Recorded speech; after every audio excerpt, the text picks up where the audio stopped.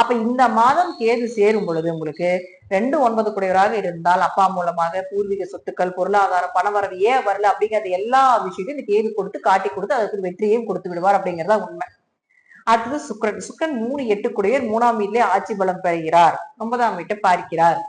அப்போ எப்பவுமே சுக்கரன் ஆட்சி பலம் பெற்றா அது 3ஆம் இடமா இருக்கலாம், கடுமையா முயற்சி செய்வீங்க, செஞ்சு ஜெயிச்சிருவீங்க. எக்ஸ்ட்ரா கரிக்குலர் ஆக்டிவிட்டிஸ் 3ல சுக்கரன் இருந்தா கைப்பகுதியில் மகாலட்சுமி வாசம் பண்றாங்கன்னு அர்த்தம். இந்த மாதம் பணப்புழக்கம் உண்டு உங்களுக்கு. எப்படி பணம் ரோல் ஆகும்?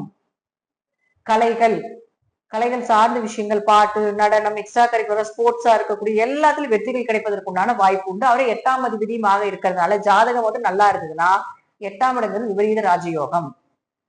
8ஆம் இடம் உழைப்பில்லாம திடீர் வரக்கூடிய பண வரவு. அப்ப 8ஆம் அதிபதி 3ல் ஆட்சி பலம் பெறும் பொழுது கண்டிப்பாக திடீர் பணவரவு, ஷேர் மார்க்கெட்ல யோகம், பிட்காயின்ல யோகம், இது போல சின்ன சின்ன விஷயங்கள் நீங்க பண்றதுல பெரிய லாபத்தை ஏற்படுத்தி கொடுத்துரும்.